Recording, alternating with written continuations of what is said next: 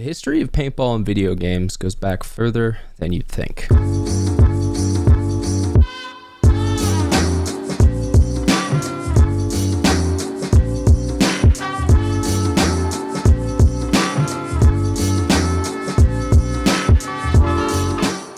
Extreme Paint Brawl, being released in 1998, developed in 2 weeks by a small team, it was a product of its time, looking similar to Doom or Quake, and being placed in maps that fit the more woodsball-focused game of the day.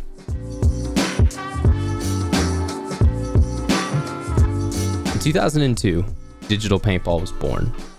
First going under the name Half-Life Paintball, this mod for Half-Life allowed players to feel like they were on an MPPL field from the comfort of their own bedroom. A lot of pro players and a lot of people who I used to play with played this game, and I grew up playing this game. With numerous manufacturers and layouts from the day being added, this game felt real, and players were able to get in between the nets digitally for the first time. It's time to load your hoppers and get your season started. Welcome to the Badlands. Paintball gaming exploded in growth in 2004 with the release of Greg Hastings' Tournament Paintball. Developed by WXP Games, also known as The Whole Experience, and published by Activision, the game first came to the Xbox console.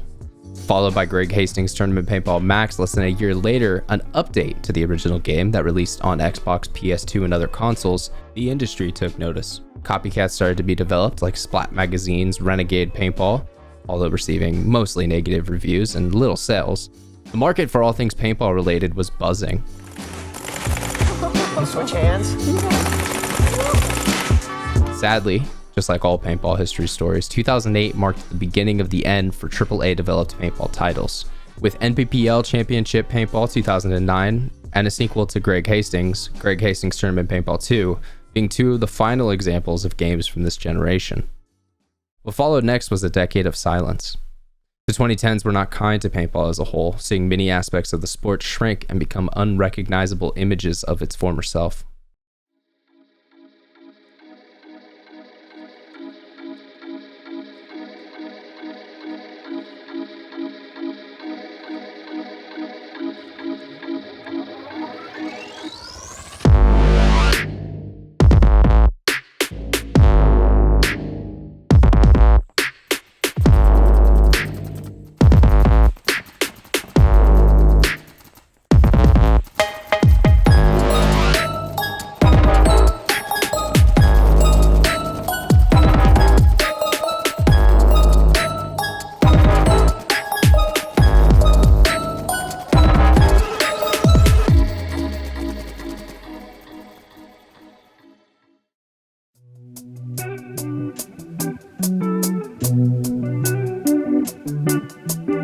Infinite Tournament Paintball marks the return to the digital airball fields. Created by a single developer under the alias 52 Games, Infinite Paintball gives all PC players the ability to jump into 5v5 X-Ball matches on real layouts from previous NXL events.